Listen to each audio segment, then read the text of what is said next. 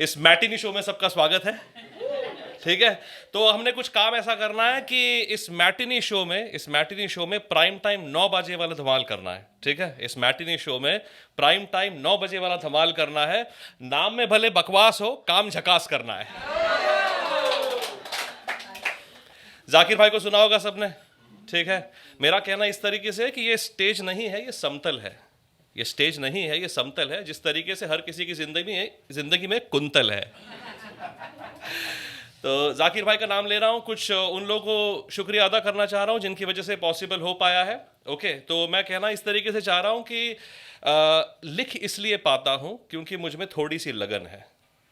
शायरी है, कुछ कविताएं हैं, कुछ शेर है, ठीक है ना।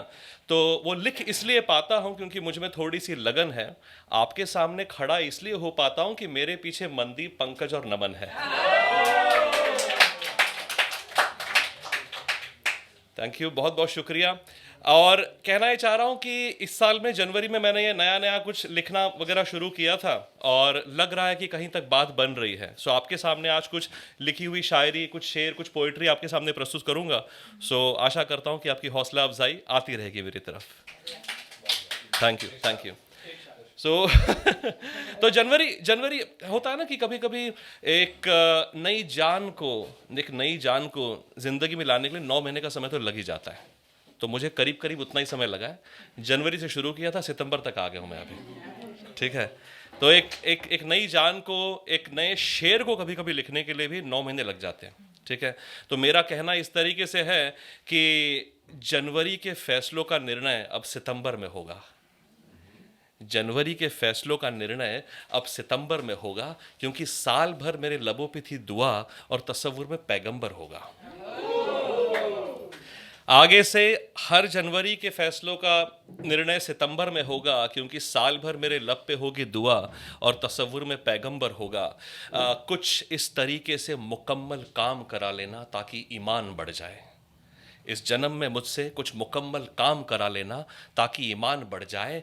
अगले जन्म मेरा सलाम तो सबको होगा, लेकिन मेरा ज़मीर मुसलमान होगा।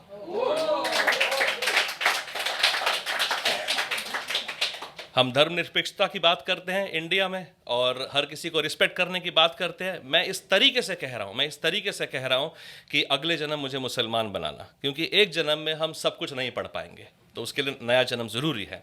सो उर्दू थोड़ी बहुत सीखी, उसके अंदर मैं लिखना वगैरह शुरू किया। उर्दू जो है उसका इश्क से, मोहब्बत से सीधा ताल्लुक़ है, सीधा सीधा ताल्लुक़ है। मुझे ऐसा लगता है कि जो सौंदर्य रस हिंदी में है वही रस उर्दू में भी आता है। ठीक है, और हमारे बड़े भाई पंकज भाई बैठे, उन्होंने एक अलंकार हमको सिखाया, अतिशयोक्ति अलंकार। ठीक है, तो उसको भी समझ रहा हूँ, उसको भी सीख रहा हूँ।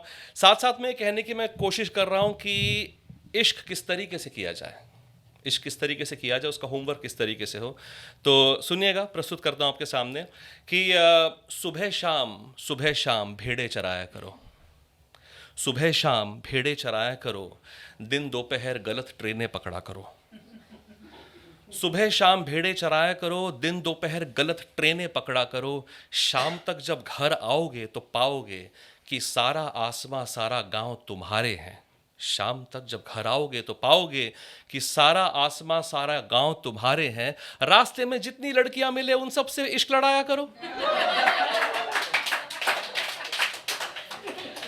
देखिए साहब, मुझे लगता है कि इंसान को, आदमी को सिंगल रहना चाहिए, क्योंकि शादी सिर्फ औरत ही निभा सकती है। देखिए इस पे आपकी दाद, आपकी ताली आनी चाहिए थी। तो लड़कियां मान रही है, लड़के मान नहीं पा रहे हैं। ठीक है, तो देखिए,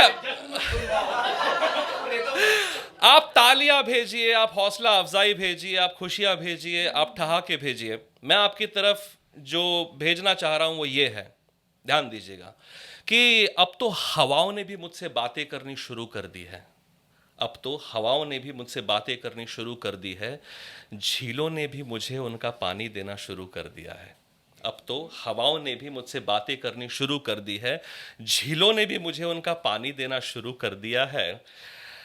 ऊंट अब तुझसे रेत खरीदते होंगे, ऊंट अब तुझसे रेत खरीदते होंगे, क्यों तूने तेरा घर दुबई में कर लिया है।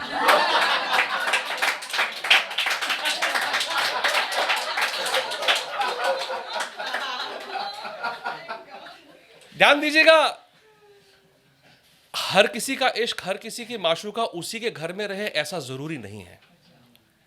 घर के अंदर में घर के अंदर में इश्क, प्यार, मोहब्बत सब कुछ हो सकता है कि नहीं?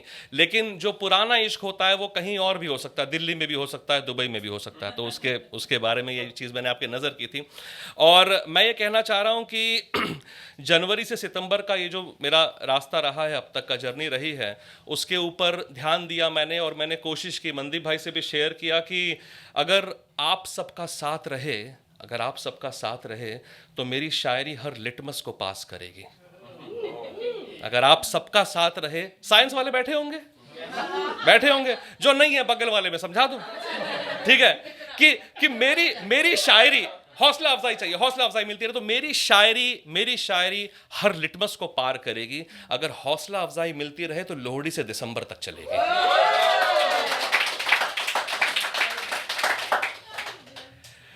सुने साहब की बहुत समय पहले एक एक लाइनें लिखनी मैंने शुरू की थी, वो एक एक लाइनें मुझे बताया कि मुकम्मल हो गई हैं, उनको दूसरी लाइन की ज़रूरत नहीं है। शेयर कर देता हूँ जिन्होंने पहले नहीं सुना है, कि एक के लिए लिखा था मैंने कि तू भीड़ में भी चले तो तन्हा दिखाई दे, तू भीड़ में भी चले तो तन्हा दिखाई दे।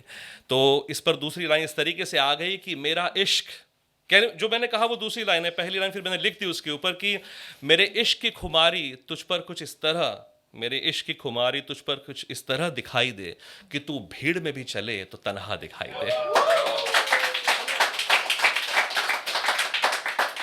मेरे इश्क की खुमारी तुझ पर कुछ इस तरह दिखाई दे कि तू भीड़ में भी चले तो तन्हा दिखाई दे।